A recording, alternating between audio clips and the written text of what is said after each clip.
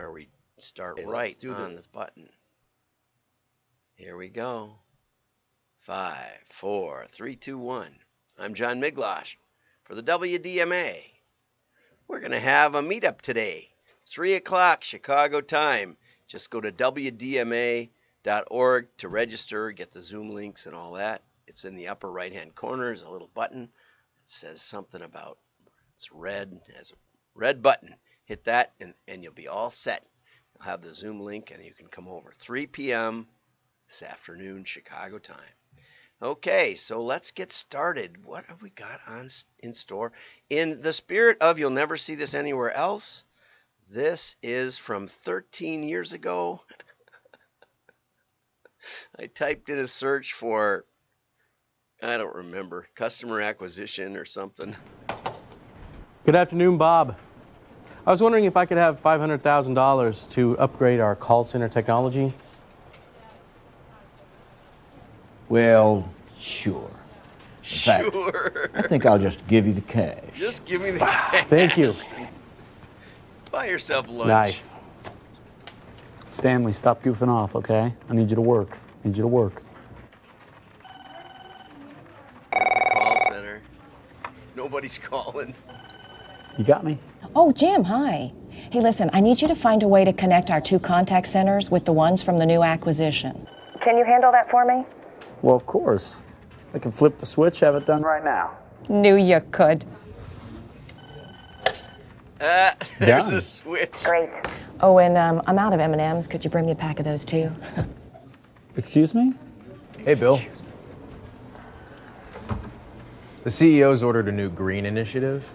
Wants half of our contact center staff to work from home. Think you could set that up? No problem. That should just take a second.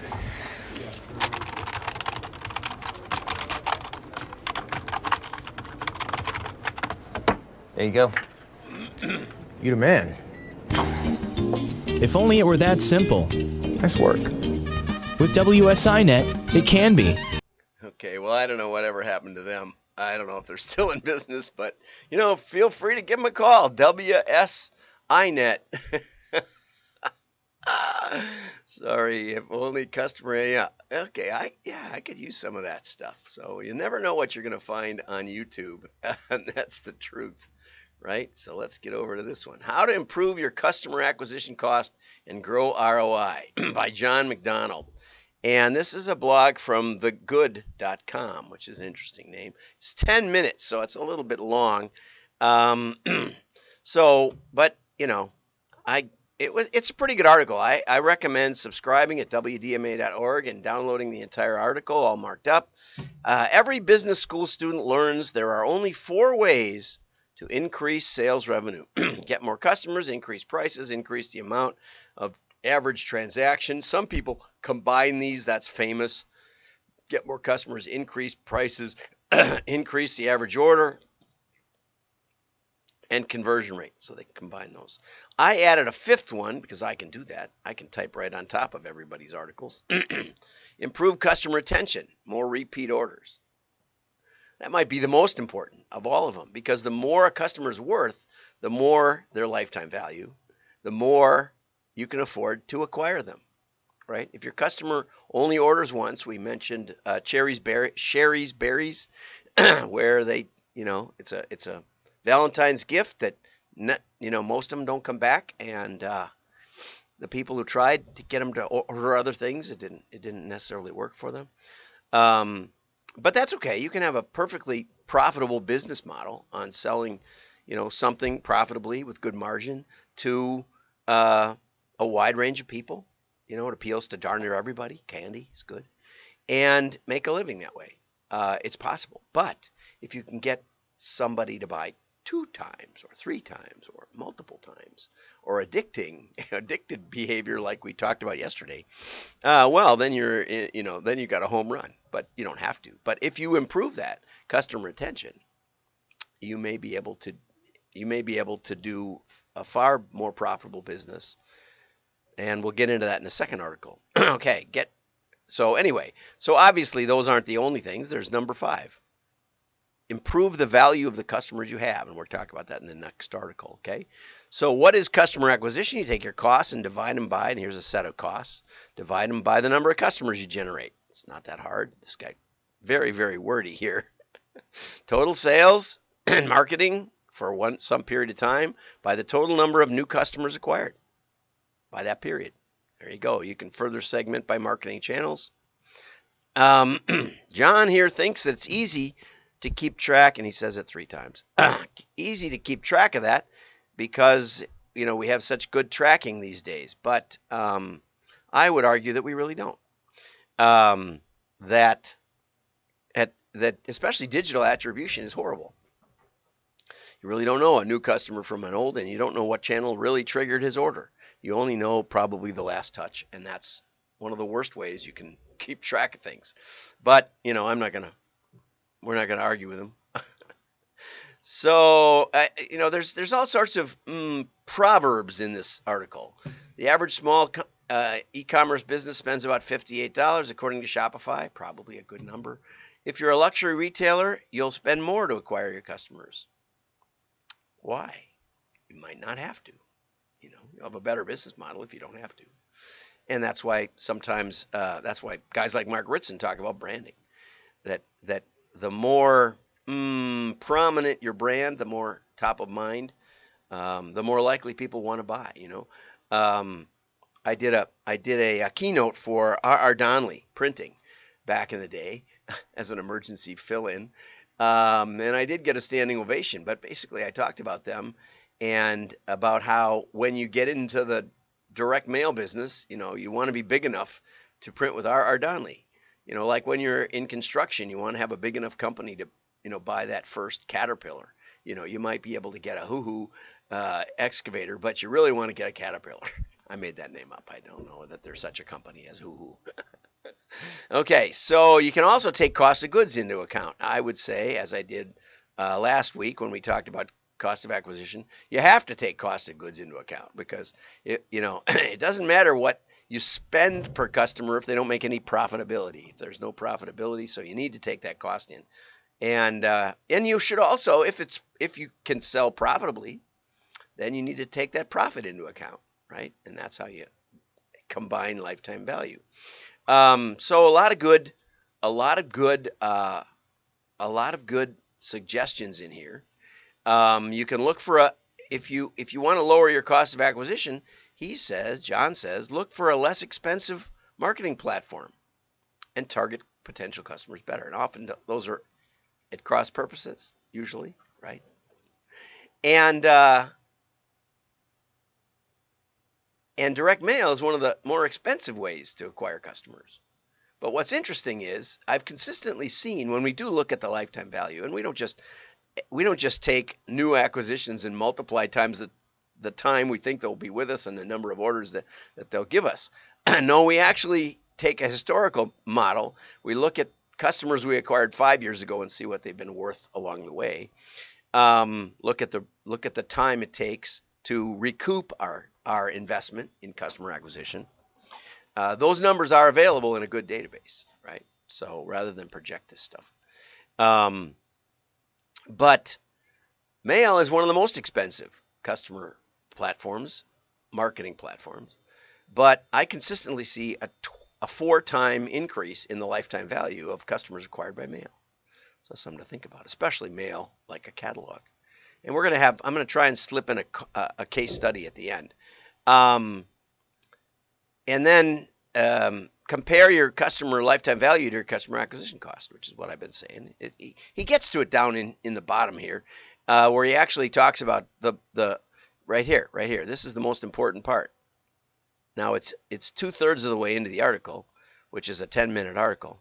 But reducing churn,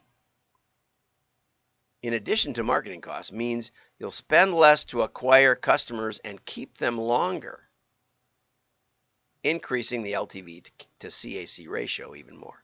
This is the part. It doesn't sound like that was part of the equation. It wasn't part, remember? The CAC equation he gave did not talk about this, right? But the more a customer's worth, the more valuable they are over the next 2 or 3 years, the more you can afford to spend in acquisition. And so what we used to do is we used to help people maximize their retention, maximize their customer value, because customers are the ones you know everything about, okay? And then learn more about your customers, make them more valuable, and then what you learn can be applied to prospecting. It can make that more efficient. And you can afford to spend more because you can expect to get more from that customer. See that? So begin with your customers, not your prospecting. It's a fallacy. Okay, and there's things you can do to increase your conversion rate. Then he gives a little case study about how he helped a company, I'm guessing.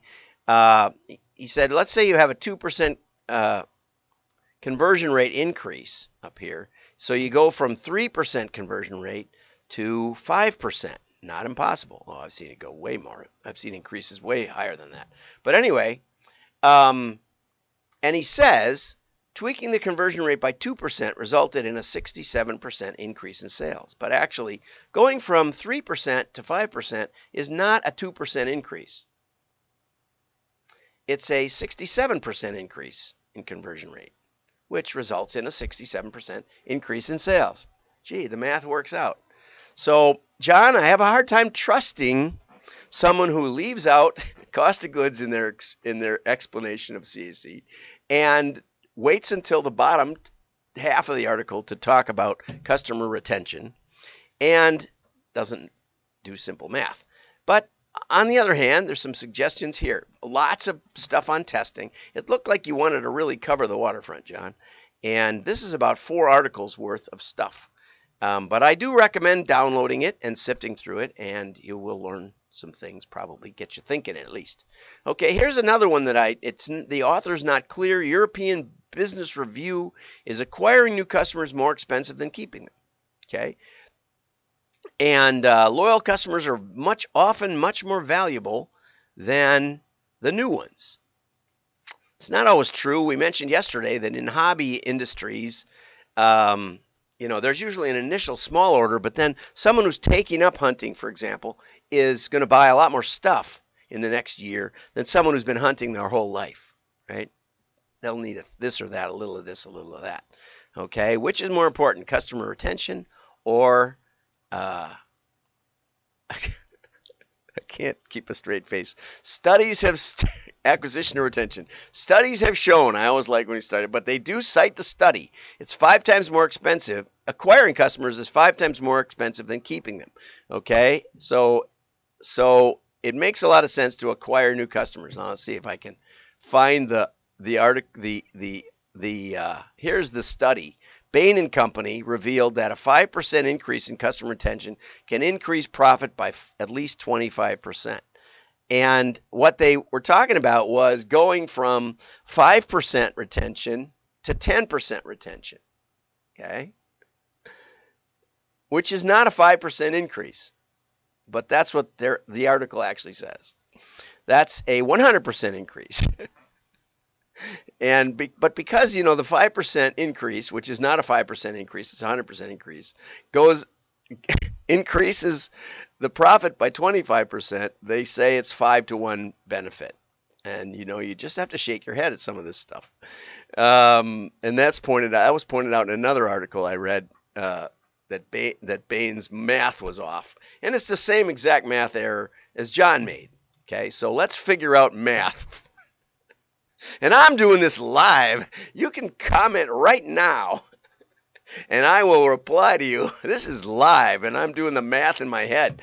And, the guys I worked with in the beginning of my direct mail, man, they could throw numbers out of their mind so fast. I'm inept in comparison, but this is scary. Okay, so now I want to talk about, and come to this afternoon. Go over to WDMA, click the red button in the upper right, and register for the meetup. It's at 3 o'clock Chicago time, and I'm hoping for some people from Europe or maybe Africa today. I'm going to reach out to Mohammed, my friend in Africa, and we already have 24 people signed up. I think there's another email, a final email going out at 2 Chicago Times. So if you haven't seen one yet, you might want to look in your email, your inbox, or in your spam filter.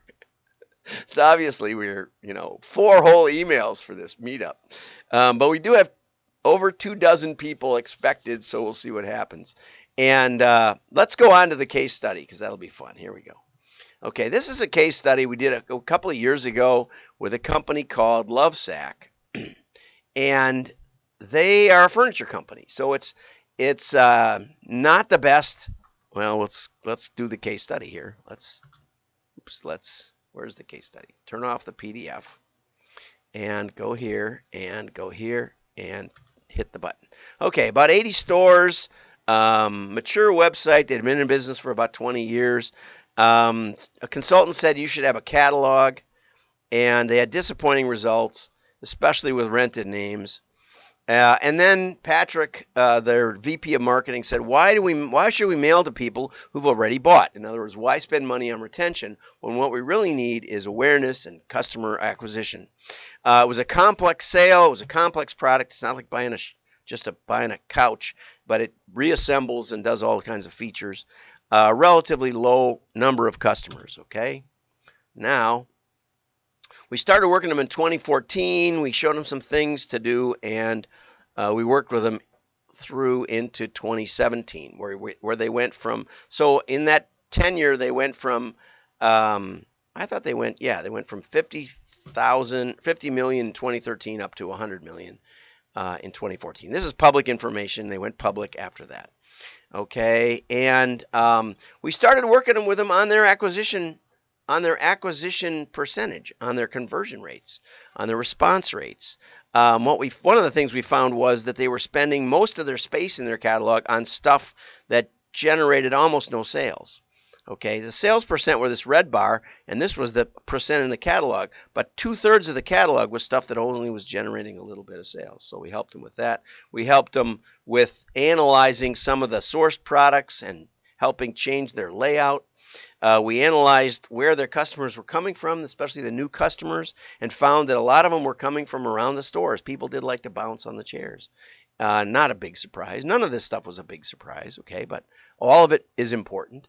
And, what this means is it's not enough to just send people to a website, especially when you're selling a tangible product, but you probably want to get more traffic at the stores. So, we focused more on on their own collection. I helped them even with the photography and some of the layout on this, but not on this one, but on the next one. I said, you got to sidelight these. When you photograph them, you sidelight them so that the dent is clear. Otherwise, it just looks like a round ball, which this one looks like. And I said, you just put that in your photography spec. You don't even have to go and watch, which they got better at, okay? And so we helped them sort out the sales percent and sales and margin compared to the catalog percent, and that was a good thing. But then we got them into testing. I said, the first thing Patrick said when he asked the question, I said, well, we can actually figure that out. We can actually figure out what your customers are worth, and what mailing the customer is worth. And what we did was we didn't mail some of the customers. That's the thing that mail can do that digital really can't do, because your whole digital thing is going and going, and you don't know where everything's going. You don't know where the ads are getting placed, and you don't know if anybody's watching them. With mail, we know who gets mailed. We know it gets delivered. We know it goes to a decision maker, right? All of these things. Okay, it forces somebody to make a decision, either throw it away or save it, make a purchase or don't make a purchase, but it forces a decision. You have to make a decision with mail because otherwise it piles up, okay? And what we found was that the return on investment on that catalog to their customers was about 300% EBITDA, okay? So if you don't know what numbers are, ask your CFO. And I love working with CFOs because they understand what I'm talking about, and I understand what they're talking about. I have no accounting training, other than just self-taught. But anyway, so we were making so much money that I said, you ought to be able to prospect. We ought to be able to do customer acquisition and drive traffic to the stores. And so we started testing. We did revised holdout tests, and we actually found that with pass along, with the neighbors that bought, very, very close proximity to the customers, that we had a 900% return on investment with that little catalog. We had a huge pass along aspect. Okay, and so then they started retargeting with mail, and they started mailing to people who visited their website. That has continued to this day. We took what we learned from the tests, because we did A/B splits on the offers, and see how much real sales got driven into the store. Not just fake acquisition, but we targeted the people we mailed. We knew we mailed, and we knew if they came in and bought.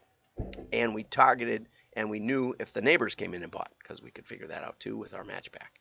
Okay, and so sales went up in 2017, 30%. So anyway, here's some of the stuff. But it was all about the scientific method. You can do that with direct mail. I would recommend that rather than some of John's ideas, that you try testing mail. And there's a nice audio that goes with this. But the bottom line, if we get to the end, there's audio. There's a couple of audios. Is dramatic increase from 75 million to 100 million in the last year when we really got it going. And that audio says that the thing that really worked the best was the ability to tell what was working and what wasn't. And that you can do in mail because you have not just the responders, not just the orders, but you have the people who didn't order. And in most of marketing and most of modeling, who you don't market to is more important because there's more of them than who you do. Something to think about. Have a great day. Like and share. Your friends will know you're smart. Bye-bye.